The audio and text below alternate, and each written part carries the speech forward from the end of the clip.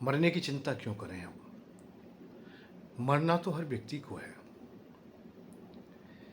हमें चिंता होनी चाहिए, हमें सजगता होनी चाहिए जीने की। जब जीने की ओर हम चलेंगे तो मरने की बात ही नहीं है। मरने की बात भी हम करते हैं, यदि हमारे मन में भी ऐसा आ जाए कि हम मरेंगे तो थोड़ी देर टिक पाएंगे, क्योंकि मृत्यु को देख के भयभीत भी होते हैं। मृत्यु के पास भी नहीं रुक पाते हम, इसलिए कोई भी मृत्यु को प्राप्त करना नहीं चाहता। फिर मृत्यु की बात क्यों? फिर मृत्यु की ओर क्यों? बात है केवल जीने की, और जीने का प्रयत्न कीजिए। जो जिया है वही तो जिया है, और जो मरा है वो मर गया है। जीते जी मर जाइए या मर के भी जी जाइए, ये दो ही बातें हैं। एक व्यक्ति तो मरने के बाद भी जी लेता है और एक जीते हुए भी मर जाता है। तो हमारी बात तो जीने की है। आज भी जिएंगे हम, कल भी जिएंगे, आने वाले युग में भी जिएंगे, आने वाले युग के साथ भी जिएंगे। उस युग की हम प्रेरणा होंगे और उस युग के साथ भी जिएंगे हम लोग। जो विशेष व्यक्ति होते हैं, जो अपने हृदय में सत्य को धारण करते हैं, सत्य की खोज में निकलते हैं, वो जिए। युग बीत गए फिर भी ना मर सके। भगवान राम आज भी जीते हैं, कितने राजा महाराजा हैं वो आज भी जीते हैं। हनुमान जी आज भी जीते हैं, परशुराम जी आज भी जीते हैं, विभीषण जी आज भी जीते हैं, चिरंजीवी हो जाते हैं मार्कंडेय महामुनि आज भी जीते हैं, सुखदेव जी आज भी जीते हैं, जो हमारी चर्चाओं में, हमारी प्रेरणा में हमारे साथ रहते हैं। हमने युगों पहले भी वही कहानी सुनी। सतयुग की भी कहानी देवराज इंद्र के साथ थी, तो द्वापर में भी थी और त्रेता में भी थी और कलयुग में भी है। ऐसा कोई युग नहीं है जिसमें उनकी कहानी ना हो, उनकी चर्चा ना हो, उनकी प्रेरणा ना हो, उनकी उपासना ना हो। आप कुछ बनिए, कुछ करके जाइए, कुछ करने का प्रयत्न कीजिए। जब तक आप कुछ ना करेंगे, कुछ प्रयत्न ना करेंगे, तो तुम्हें कुछ ना मिलेगा। उन्हीं व्यक्तियों को कुछ मिलता है जो कुछ करना चाहते हैं। अरे आज तो जी लीजिए। आज का जीवन तुम्हारा बड़ा महत्वपूर्ण है, बड़ा कीमती है। इसकी ओर आप लोग ध्यान दीजिए। और मृत्यु का विचार ही क्यों करते हो? मृत्यु तो पहले भी थी और आगे भी है। जन्म से पहले भी मृत्यु वाले थे और जीवन के बाद भी मृत्यु वाले होंगे। मृत्यु की जिम्मेदारी हमारी नहीं है, मृत्यु की प्रधानता हमारी नहीं है, हमारी जीने की प्रधानता है। जन्म की भी प्रधानता हमारी नहीं है, जन्म देने वाला कोई और है। और देव योग से ही जन्म हमें प्राप्त है, तो देव योग से ही हमें मृत्यु भी प्राप्त होगी। फिर हम इस झमेले में पड़ें क्यों? हमारा संग है जीने का, हमारा संग है जीवन को पुष्ट बनाने का। धन जन से परिपूर्णता हम प्राप्त करें, हम जीते जी मर ना जाएं, ये विचार करना चाहिए। हम रोगी होकर ना रह जाएं, हम शोकी होकर ना रह जाएं, हम निर्धन रह के ना रह जाएं, हम जीविका के साधनों के अभाव में ना मर जाएं कहीं, हम रोग से रोगग्रस्त होकर ना मर जाएं, ये विचार करना चाहिए हमें। रोगी होकर के आप मरे हो तो आप कुछ भी नहीं हो, आपका जीवन तो मृत समान है, आज भी और कल भी। मरे हो तो कैसे मरे हो? दुर्गति से मरे हो, ये अच्छा नहीं है। मरो हंस के मरो, अच्छी प्रकार से मरो, बलिदान हो के मरो, जो आने वाले युग को भी प्रेरणादायक हो जाए। इस प्रकार की तुम्हारी मृत्यु हो, सराही जाए, तुम्हें समझा जाए, तुम्हें माना जाए, तुम्हें पूजा जाए, तुम उदाहरण बन जाओ। रही मृत्यु की बात, तो वो तो स्वाभाविक आपको प्राप्त हो जाएगी। और स्वाभाविक मृत्यु को जो स्वीकार करता है उसकी दुर्गति होती भी नहीं है। दुर्गति उसी की होती है जो स्वाभाविक मृत्यु को स्वीकार नहीं करता, मृत्यु की ओर जो चलता ही नहीं, मृत्यु से जो संपर्क करता ही नहीं, मृत्यु से जो मिलना चाहता ही नहीं, उन्हीं की तो स्वाभाविक मृत्यु होती है। हम मृत्यु से मिल भी नहीं रहे हैं। विडंबना यही है कि मृत्यु से मिल भी नहीं रहे हैं और मृत्यु को हम छोड़ भी नहीं रहे। या तो मृत्यु से हम मिल ही जाएं या मृत्यु को हम छोड़ दें। एक किनारा तो पकड़ना होगा, एक मार्ग तो तुम्हें लेना होगा, एक रास्ते पर तुम्हें चलना होगा। जो व्यक्ति मृत्यु के संपर्क में आ जाता है और मृत्यु को समझ जाता है, वो पूरी दुनिया को समझ जाता है। एक व्यक्ति जो मृत्यु को त्याग देता है, वो भी दुनिया को समझ जाता है या दुनिया उनको समझ जाती है। जो मृत्यु को स्वयं समझ गए हैं, उन्हें दुनिया समझ जाएगी, दुनिया तक वो उनकी वृत्ति पहुंच जाएगी, उनकी आस्थाएं पहुंच जाएंगी, उनके विचार पहुंच जाएंगे। आज जितना भी वक्ता प्रवक्ता प्रवचन सुना रहा है तुम्हें, वो मृत्यु की बात सुना रहा है, तुम्हें भय दे रहा है, तुम्हें भयभीत कर रहा है, तुम्हें तोड़े दे रहा है। इतना तोड़ना चाहता है कि पूरा टूट जाए। जब तुमने निर्णय कर ही लिया है तुम्हारी मृत्यु है, तो क्यों संचित करेंगे पुण्यों को, क्यों संचित करेंगे धर्मों को, क्यों संचित करेंगे अपने शरीर को स्वस्थ रखने के उपायों को? क्योंकि जब मर रहे हैं तो फिर हमें करना ही नहीं कुछ भी, हम कर्महीन हो जाते हैं। नहीं, तुम जी रहे हो और जीने के लिए तो तुम्हें करना पड़ेगा। ये संकल्प तुम्हारे हृदय में होना चाहिए। पर संकल्प दिया गया तुम्हें वैराग्य का, अर्थात वैराग्य का शब्द ही एक मरना है। इस प्रकृति में मर जाते हैं जो वैरागी होते हैं, इस दुनिया में वो मर जाते हैं, घर गृहस्थी में वो मर जाते हैं, संसार की क्रियाओं में मर जाते हैं। कौन? जो वैरागी होते हैं। जहाँ राग नहीं है वहाँ कुछ भी नहीं है। यह बार बार बताया गया कि संसार मिथ्या है। किसे? जो वैरागी है, जो वैराग को धारण कर, जिसके लिए कुछ है ही नहीं, तो वो भी किसी के लिए कुछ भी नहीं है। और जो किसी के लिए कुछ भी नहीं है, वही तो मरा हुआ है। और मरते मरते वो चाहता है, एक बात बता दी जाती है कि तू तो मर ही रहा है, पर तेरी संपत्ति कुछ काम आ जाए, ये उपाय तू कर ले, अर्थात तू दान कर दे। दान शब्द जोड़ दिया, जिससे कि मरने के उपरांत तेरी आत्मा को जहां जहां जाना होगा वहां ये धन तेरे साथ चला जाएगा, पुण्य धर्म के रूप में तुझे मिल जाएगा।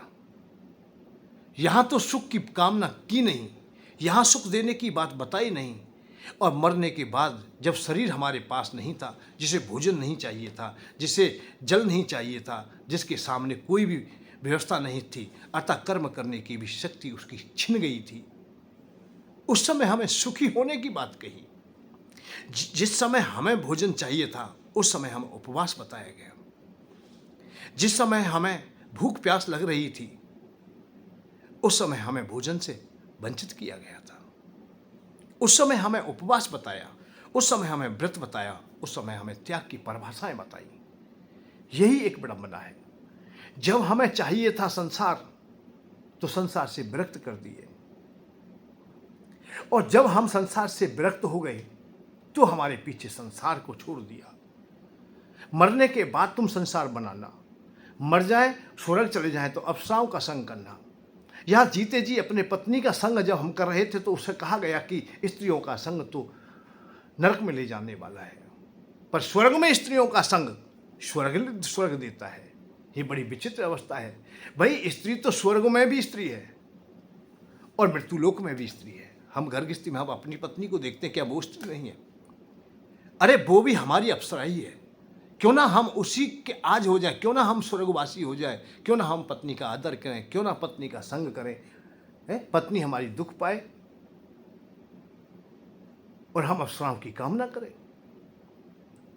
हमारी पत्नी हमें चाहती है, हमारी सेवा करती है, हमारी ओर निहारती है, परंतु नहीं, हम अप्सराओं का संग करने के लिए मौन धारण किए बैठे हैं, हम उपवास लिए बैठे हैं, हमने शरीर को जर्जर कर दिया है। कल मृत्यु होने वाली थी, वो आज ही हो जाए, क्योंकि जल्दी से जल्दी तो मुझे अप्सराओं के पास जाना है। इतना भारी हमें द्वंद्व में चारों ओर से घेर लिया है, या हमें बसा दिया है, हमें उन द्वंद्वों तक पहुंचा दिया है कि जहां हमें जाना नहीं चाहिए था। हम अप्सराओं की कामना क्यों करें? हमारी जब पत्नी है, हमारी पत्नी से अच्छी कौन अप्सरा होगी, जो हमारे दुख सुख में तैयार है, हमें भोजन भी देती है, हमें वंश देती है, हमें पतित होने से बचाती है, हमारे अच्छे की कामना करती है। ऐसा कोई भी अवस्था नहीं होता है जब पत्नी हमारे हित की बात नहीं सोचती हो। वो व्रत भी करती है, उपवास भी करती, जो काम करती है वो हमारे हित के लिए करती है। हमारी गरीबी में भी साथ दिया है, हमारी अमीरी में भी साथ दिया है। जैसा हमारा व्यवहार हो जाता है, हमें जो सम्मान मिलता है, मान मिलता है, तो वो भी उसी में खुश हो जाती है, हमारे अपमान में अपमानित हो जाती है। उस अप्सरा का क्या करेंगे, केवल भोग मात्र है। उस अप्सरा का क्यों ना सम्मान करें जो निरंतर हमारे साथ है, दुख सुख का भी साथ देती है, मान अपमान में साथ देती है, महापीड़ा में साथ देती है, हर अवस्था में साथ देती है। हम जर्जर अवस्था में होते उस समय भी साथ देती है, परंतु वो अप्सरा तो नहीं देगी, क्योंकि देव आपको तो ये लोभ दे दिया गया है, बता दिया गया है कि आपकी सुंदर देह हो जाएगी। आप जो जर्जर दिखाई देते हो, यहाँ जो कुरूपता दिखाई देती है, यहाँ कालापन जो दिखाई दे रहा है, बाल पके, ये नहीं होगा। स्वर्ग में जाकर के तो आप किशोर अवस्था वाले जवान होंगे, और कितना भी भोग भोगें फिर भी आप वृद्ध ना होंगे, थकेंगे नहीं, हारेंगे नहीं, और कमाने की भी चिंता ना होगी। इच्छित भोजन प्राप्त होंगे, सभी सुविधाएं तुम्हें मिलेंगी। जो शरीर के द्वारा हम सुख भोग सकते थे, जो हम भोजनों का आनंद ले सकते थे, जो भोगों का हम सुख ले सकते थे, आनंद ले सकते थे, उसे हमें वंचित कर दिया। हमें मरने की बात बताई गई, हमें बैराग की बात बताई गई, जो हमारे घर गृहस्थी में काम नहीं आ रही वो बात बताई गई। आज जितने भी श्रोतागण हैं, अधिक से अधिक जो कथा सुनते हैं वो गृहस्थीवान हैं, घर गृहस्थी में हैं। उनमें से अधिकतर लोग, और मैं तो ये कह समूचा ही जो श्रोतागण का समूह है, वो सब संसार के भोग चाहता है किसी न किसी रूप में, परंतु हम किसी न किसी रूप में वैराग्य दे देते हैं, हम मोक्ष दे देते हैं, हम उन्हें मृत्यु दे देते हैं, हम जीने का मार्ग उनसे छीन लेते हैं। मत जिए, 1 घंटे के लिए मरिए, 2 घंटे के लिए मरिए, और नहीं तो कुछ समय के लिए तो मरिए, निश्चित मरिए, मरने का संकल्प ले लीजिए। संकल्प क्या है कि एक क्षण के लिए सही, थोड़ी देर के लिए सही, आप लोग इस संसार को भूल जाइए, पत्नी बच्चों को भूल जाइए, अपनी दुनिया को भूल जाइए, अपने को भुला दीजिए। उसका नाम योग है, उसका नाम आनंद है, उसका नाम मोक्ष है, उसका नाम मुक्ति है। बात यह नहीं है कि आप भूल जाएं। भगवान कृष्ण ने कभी कहा ही नहीं कि संसार को भूल जाइए, संसार को याद रखिए, और यहां तक याद रखिए कि तुम किस वंश से हो, तुम्हारी परंपरा क्या है, इसको ध्यान रखिए। आप लोग अपना कर्म कीजिए, कर्म को छोड़ने की बात तो कभी की नहीं। थक गए हो तो सुस्ता लीजिए, आपने ऊर्जा खर्च कर दी है तो ऊर्जा अर्जित कर लीजिए, बैटरी खर्च हो गया है तो चार्ज कर लीजिए। दिमाग अर्थात मन बुद्धि चित्त तुम्हारा अब शांति नहीं पाता है, उस समय की अवस्था को सुस्ताना कहते, उसी को योग समझिए। अर्जित करने की बात अलग है और खर्च करने की बात अलग है। तुमको आज जो समझाया गया वो केवल खर्चा समझाया गया। खर्च करते रहो, खर्च करते रहो, जैसे भी ये खर्च करो। दान करोगे तो तुम चार्ज हो जाओगे, आपको आगे बहुत अच्छा प्रकाश मिल जाएगा, ऊर्जावान हो जाओगे, आप बलवान हो जाओगे, स्वर्ग में जाके तुम निरंतर सुखी रहोगे। हमें ये कामनाएं दी गई। मेरा द्वंद्व केवल इतना ही है कि मैं जीने का मार्ग देना चाहता हूं, और वो तुम्हें मरने का मार्ग देना चाहते हैं,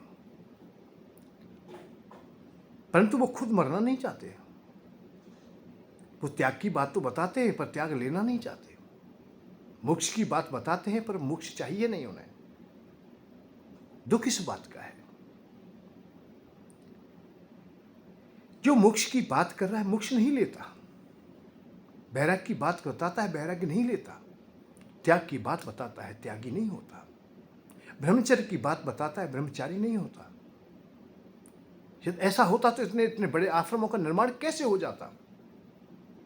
ये तो ज्ञान की बात बताते थे, ये बैराग की बात बताते, ये भक्ति की बात बताते थे, परंतु आज तो इनके पास में अरबों रुपया है, अनेकों सेवक साथ में चल रहे हैं। तो क्यों, क्या है। और विचित्र अवस्था तो उस समय आ जाती है जब हम गृहस्थी वाले हैं, हमें भोग चाहिए, और भोगों की खोज में हम लोग योग में पहुंच जाते हैं, हम बैरागियों के पास पहुंच जाते हैं जिनके पास था ही नहीं कुछ तुम्हें आप लोगों को देने के लिए, परंतु आप भागे, दौड़े, आपने पूछा है, आपने कहा है कि मैं दुखी हूं, मैं परेशान हूं, मुझे अर्थ चाहिए, मुझे ये चाहिए, मुझे ये चाहिए। संसार की जो इच्छाएं थी वो सामने रखी, उन्होंने बता दिया, ओम नमो नारायण जपो भैया, राम राम जपो भैया, राधे राधे जपो भैया। उन्होंने सत्य कहा, उनके पास यही था, पर उन्हें विश्वास ना, तो आप लोगों को विश्वास नहीं हुआ कि इन्होंने जो कहा है कि इससे लाभ मिलेगा। जैसे आज सरकारी व्यक्ति से कोई काम कराएं हम लोग, जब वो कुछ ले लेता है, कुछ प्रसादी ले लेता है, कुछ दलाली ले लेता है, तो हमें विश्वास हो जाता है अब मेरा काम हो जाएगा, अब मेरा ये काम कर देगा। जब तक नहीं लेता तब तक हमें अविश्वास बना रहता है, जबकि वो कह रहा है कि मेरे पास तो केवल नारायण नारायण जपने के लिए है। और वो उसके लिए तो सही है, क्योंकि उसके तो ना तो बच्चे हैं, न पत्नी है, न संसार का कोई भोग चाहता है वो। परंतु हमारे पास तो संसार पूरा है, संसार के लिए भौतिकता चाहिए। वो नमो नारायण जपे तो अच्छा है, परंतु हम जपे, नमो नारायण से कुछ नहीं मिलेगा। नर नारायण आत्म कल्याण का मार्ग है। हम अभी शरीर कल्याण का मार्ग देख रहे हैं, हम भौतिकता को देख रहे हैं, हम संसार के कल्याण का मार्ग देख रहे हैं। हम तो ऋणी हैं, हम कर्जवान हैं, उधारी है हम पर, हमें वो चुकता करना है। हमारा उदर भूखा है, हमें भोजन चाहिए। माता पिता हैं, भाई बंधु हैं, छोटे छोटे बच्चे हैं, पुत्रियां हैं, उनका विवाह करना, उनकी व्यवस्था करनी, पत्नी भी है। जो हमारे कर्तव्य है उनका हमें निर्वाह करना है। हम तो बहुत अधूरे हैं अभी। उन्होंने अपना पिंड छुड़ाने के लिए कहा होगा, या उन्होंने जान लिया है कि इस नाम के कारण ही इन बातों को बता के बड़ी टेबलेट दे करके, एंटीबायोटिक टेबलेट दे दीजिए जो नुकसान तो करती नहीं। नमो नारायण नामक टेबलेट है वो नुकसान तो करेगी नहीं, क्योंकि वो तो सभी के लिए है। जैसे हर नाम के साथ में श्री लगा सकते हो, ऐसे ही तुम निराकार ब्रह्म की बातें तो किसी से कर सकते हो, ओंकार की बातें तो किसी से कर सकते हो। जब सत्संग प्रारंभ करें, ओंकार की बात करें, कोई परेशानी नहीं, किसी को भी परेशानी नहीं। कोई भी विचार वाला हो, कोई परेशानी नहीं, बैरागी हो, रागी हो, भक्ति वाला हो, ज्ञानी हो, जैसा भी हो, निराकार ब्रह्म की बात करेंगे तो वो कुछ त्रुटि लगाएगा भी नहीं।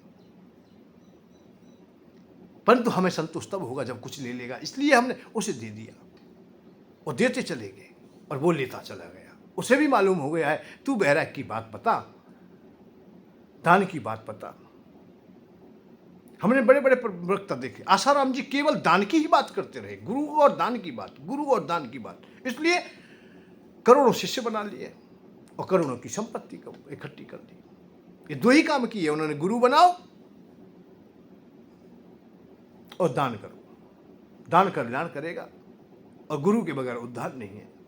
यही पंक्ति सबने सीखी। इसी तरह की जो भी प्रवचन करता है उसने सबसे पहले यही काम किया है कि गुरु धारण करो। गुरु धारण का मतलब है सदस्य बनाना। शिष्य कोई उद्धारक बात नहीं है। मैं नहीं मानता इस बात के लिए कि उद्धारक बात ही सिद्ध हो जाएगी, क्योंकि आज तो शिष्य गुरु लो विशेष लालची दोनों खेले दाव। शिष्य गुरु की बात ही विशेष नहीं है। गुरु की परंपराओं में आता है, ऐसा नहीं कि नहीं आता है, इतना तो आता है कि उनकी जीविका कैसे भी चल जाए, वो भी स्वाभाविक ही रूप से। परंतु अब जीविका शिष्य की जीविका नहीं चल रही, गुरु की जीविका चल रही है।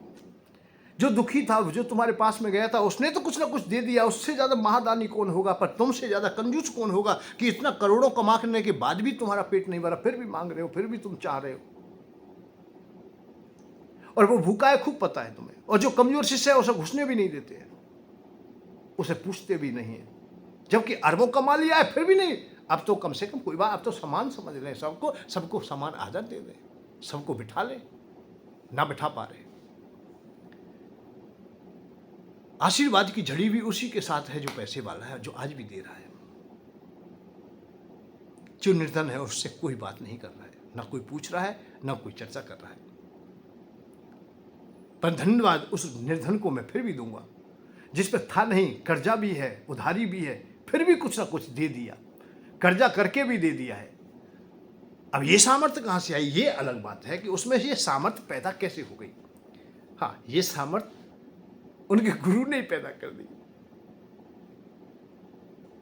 कि दान दोगे एक का 1000 मिलता है, करोड़ों मिलता है, लाखों मिलता है। ये प्रलोभन दे दिया है, ये बता दिया है कि एक दोगे तो अनेक मिलेगा। एक देने का प्रयत्न तो करो, आप कैसे भी करो। भूखा है, एक रोटी का टुकड़ा है, उसे भी छीन लिया, उस व्यक्ति ने छीन लिया जहां ढेर लग रहा था। दुख इस बात का है कि उसने उस टुकड़े को ले लिया जहां खाद्य पदार्थ बहुत थे, बहुत रोटियां रखी थी जिन्हें कोई खाने वाला भी नहीं था। उस गरीब से उस व्यक्ति ने दान लिया है जिसके पास पहले से ढेर लगे हुए थे, और उसे इतना झकझोर दिया है, इतना लोभ दे दिया है, इतनी वो परंपराएं बता दी हैं कि तू दान ना करेगा तब तक सुखी होगा ही नहीं। तेरे घर में अन्न का जो अभाव है इसीलिए है कि तूने अन्न दान किया नहीं है, और जब तक तेरे पास में अन्न के भंडार ना बढ़ेंगे, जब तक तू शेर व सत्तू को भी दान ना कर देगा। तेरे पास जो भी है उसे सब कुछ दे दे। बेचारा कुछ करके लाया, मैं 1100 रुपये ही दे दे, 500 ही दे दे, 100 ही दे दे, कर्ज करके भी लाया परंतु दे दिए।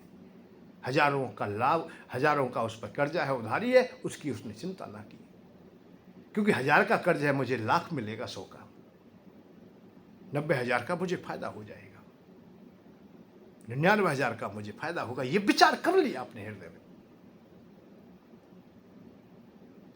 तो पूरे जीवन काल हमारा ऐसा ही द्वंद्वों में निकल जाता है। हमें सही मार्ग नहीं मिल पाता।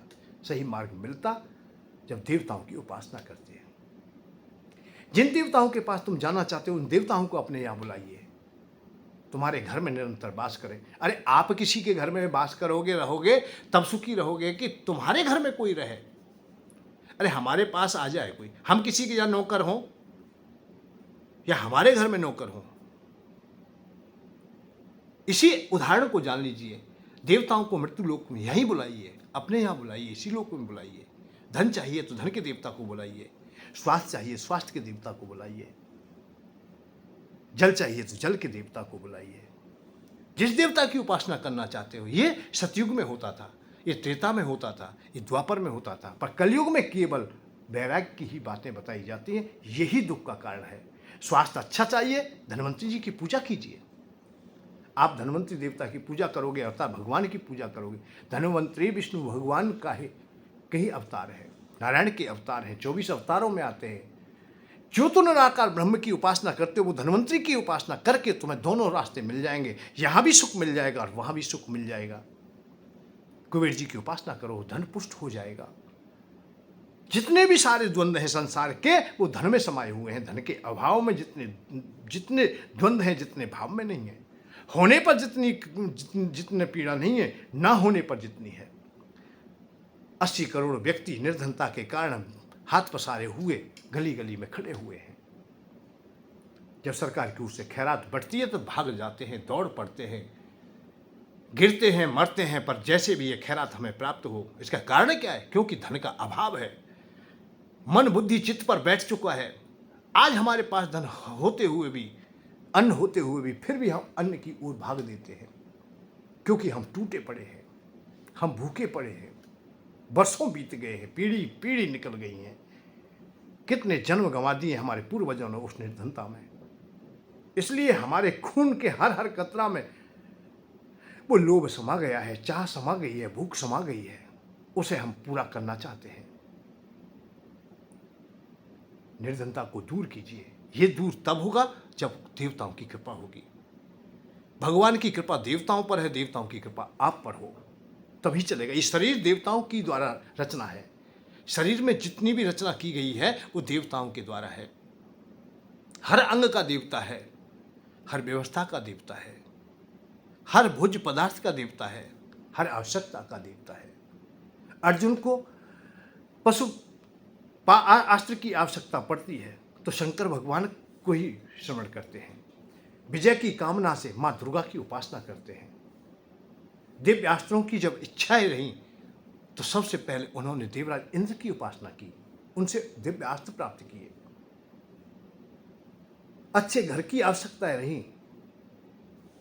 तो विश्वकर्मा जी को बुलाया गया। भगवान कृष्ण को धन की आवश्यकता रही, द्वारका में धन पर्याप्त हो तो कुबेर जी को बुलाया गया। हमारी बात नहीं है, भगवान ने भी उनकी उपासना की है। भगवान को जब आवश्यकताएं रही हैं तो उन्होंने भी की है। युधिष्ठिर महाराज को जब धन की आवश्यकता हुई और वो दुखी देखे गए तो भगवान कृष्ण ने कहा कि जाइए कुबेर जी की उपासना कीजिए, वही तुम्हें धन दे सकेंगे, क्योंकि धन पर उन्हीं का अधिकार है। जिसका अधिकार है उसे भगवान कह रहे हैं कि मैं छीन नहीं सकता। जिसका जो अधिकार है, जिसका जो अधिकारी है, वो ही उसका पात्र है। जब कुबेर जी धन के मालिक बनाए हुए हैं, धनाध्यक्ष बनाए हुए, तो फिर अन्य की बात क्यों करते हो? धन चाहिए तो उनसे मिलिए, और तुम्हें मुक्ति चाहिए तो भगवान से मिलिए। हम कब कह रहे हैं भक्ति मत करो? करो, ज्ञान अर्जित करो, वैराग्य लीजिए, मोक्ष लीजिए, मुक्ति लीजिए, परंतु आपको चाहिए तो तब। मुक्ति चाहिए नहीं, चाहते हो धन। ज्ञान चाहिए नहीं, चाहते हो धन। वैराग्य चाहिए नहीं, चाहते हो सुख। वैराग्य में तो कष्ट ही कष्ट है, बहुत पीड़ा होगी, मान होगा, अपमान हो, सब काम होंगे, परंतु नहीं, हम विपरीत काम करते हैं। हम उपासना की पद्धति की ओर ध्यान देते ही नहीं कि किसका हमें, किसकी उपासना करनी, किसकी नहीं करनी है। हम सही मूल को जान जाएं, सही रहस्यों को समझ जाएं, यही हमारी उपासना है, यही हमारी भक्ति है। और इसी भक्ति को अपनाइए, इसी को सच्ची भक्ति कहते हैं। पहले हमने शरीर पाया है, पहला जो हमारा कर्तव्य है उसका पालन हो जाए। हमने शिक्षा अर्जित कर ली है तो अब धन भी अर्जित करना है हमें। धन के साथ साथ में हमें भोग भी भोगने हैं, और भोग तब भोग सकेंगे जब अर्थ की व्यवस्था अच्छी होगी। अर्थ की व्यवस्था कमजोर हो गई तो आप भोग नहीं भोग सकते हैं। फिर तो केवल रोटी कमाते रहना, पूरा जीवन रोटी कमाने में निकल जाएगा, भोग की तो बात ही नहीं है। रोग कमा सकते हो भोग में से, फिर रोग ही ले सकते हो और कुछ भी नहीं। जवानी आते आते बूढ़े हो जाओगे, जवानी तो तुम्हें प्राप्त भी ना हो, जवानी की देहली पे पैर ना रखें, जवानी का स्पर्श ना हो, उससे पहले वृद्ध हो जाए, और वृद्ध होने से पहले आप मृत्यु तक पहुंच जाएं। कब? जब स्वास्थ्य अच्छा नहीं होगा। कब? जब धन नहीं होगा तुम्हारे पास। उधर भरने के लिए, पेट भरने के लिए साधन अच्छे नहीं होंगे। बस मैं तो यही कहना चाहता हूं कि साधनों को बनाइए, साधना कीजिए, साधनों की साधना कीजिए। और ये साधन शरीर मिला हुआ है, इसको अपने को अच्छा रखिए। जिस सवारी में बैठ करके आप लोग यात्रा करते हो उस सवारी का भी ध्यान रखिए। उसे पानी चाहिए तो पानी दीजिए, तेल चाहिए तेल दीजिए, अच्छी प्रकार से साफ सुथरी रखिए उसे। जब अच्छी सवारी रहेगी तुम्हारा भी मन लगेगा और अच्छी यात्रा भी कर सकोगे। यदि उस सवारी में कहीं भी कमी होगी तो सवारी में यात्रा नहीं कर सकोगे, और तुम भी संशय में बने रहोगे कि यात्रा हम पूरी कर सकेंगे या ना कर सकेंगे। ये शरीर तुम्हें मिला है तो इसे अच्छा रखिए, स्वास्थ्य बढ़िया रखिए। और स्वास्थ्य बढ़िया के लिए आप लोग प्रयत्न कर रहे हैं, मैं नहीं ये नहीं कह रहा हूँ प्रयत्न नहीं कर रहे, प्रयत्न कर रहे हैं, परंतु उसके साथ साथ उनके जो मिस्त्री हैं, उनके जो देवता हैं, उनकी भी उपासना कीजिए। धन्वंतरी जी महाराज को आप याद कीजिए, उनकी उपासना कीजिए, आप बिल्कुल अच्छे रहेंगे, सब चीज़ तुम्हें प्राप्त हो जाएगी, चारों पदार्थ तुम्हें मिल जाएंगे। जय श्री राधे, जय श्री कृष्ण। बहुत अच्छा।